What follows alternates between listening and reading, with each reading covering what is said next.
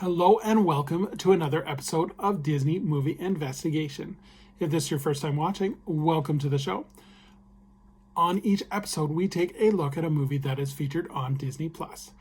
On this episode, we are taking a look at the 1996 crime drama Before and After, starring Liam Neeson and Meryl Streep. And stay tuned to our bonus story as we take a look at the history of Club 33.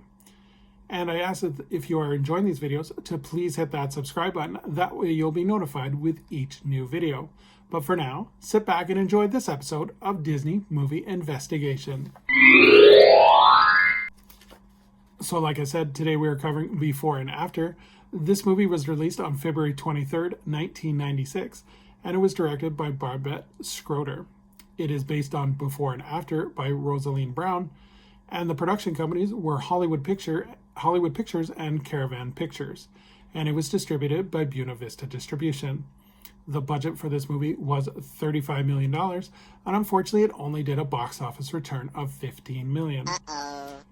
So again, there's not a lot of production history with this one, so unfortunately there's not a lot to discuss in terms of the making of it.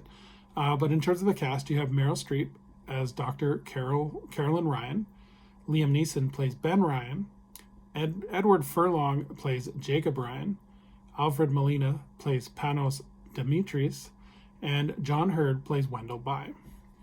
In terms of the plot, when teenage son Jacob is being accused of murdering his girlfriend, the well-respected and close-knit Ryan family is in turmoil.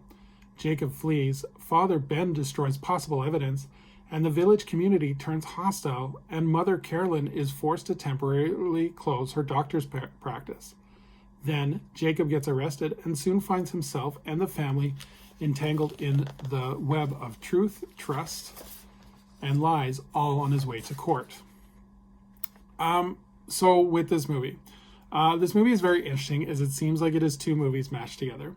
The first half of the movie is all about finding the son and putting the pieces together about did he commit the crime. And then the second half of the movie is all about the drama and the impact the son has the family after he is found and what the punishment is going to be for him. I think the first half is interesting, and it asks the questions about what a mother and father would do to protect their son. And once their son is found, it seems that the movie loses a lot of its momentum. They did not want to make a movie, obviously, involving a court case based on the ending, but it seems like they had no idea how to get to the ending. The performance from Edward Furlong also is really hard to watch. He often comes off as whiny, and as a viewer, I was basically asking him to start taking responsibility for his actions instead of complaining about how hard his life has been. In terms of the positive, there are some great scenes from Liam Neeson, but overall the movie just comes off as really slow and boring. This is one I probably would not be watching again, so it's one, in terms of recommending watching it, I would possibly skip it. So in terms of our bonus story this week, we're going to be talking about the Club 33. Club 33 is a private dining club at various Disney parks. It was originally modeled after the executive VIP lounges at the 1964 World's Fair. When it opened, it was the only location that served alcohol in Disneyland. In terms of the history, when Walt Disney was working with various corporate promoters during the 1964 World's Fair, he noted that various VIP lounges, which gave him the idea for a private club at Disneyland. Originally, Walt would host VIPs in the Red Wagon Inn restaurant, but a number of the VIPs would grow too large for the lounge. When New Orleans Square was planned, a private lounge was also included in the plans.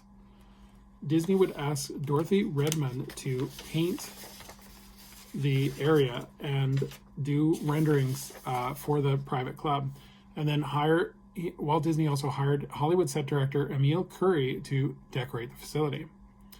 Originally intended for Disneyland corporate sponsors when it opened on July 15, 1967, individual memberships were soon offered after that opening date. So in terms of membership is exclusive, where members must pay $60,000 to $70,000 initially, and then with yearly dues being $20,000. New members also must be invited by a current member. In terms of the design, the doorway is unassuming to everyday guests and is located beside the Pirates of the Caribbean attraction in Disneyland. The door opens to a vestibule that serves as a check-in and then proceed to an open-air courtyard called the Court of Angels. Guests then take the Art Nouveau themed elevator to the second level where the club is located. Once guests enter, there are 2 rooms, Le Grand Salon and the Le Salon Nouveau, where walls are decorated with pinned butterflies and animation cells from Fantasia. The club is also furnished with props from Disney films, including Mary Poppins. So I've never been there myself. I am not a member, I'm not rich, or I'm not known of any members. I also just found out recently, too, that if you are lucky enough to be inducted as a Disney legend, you are also gifted a lifetime membership to Club 33. In terms of other locations, Tokyo opened their location in 1983, and it is located in the World Bazaar area.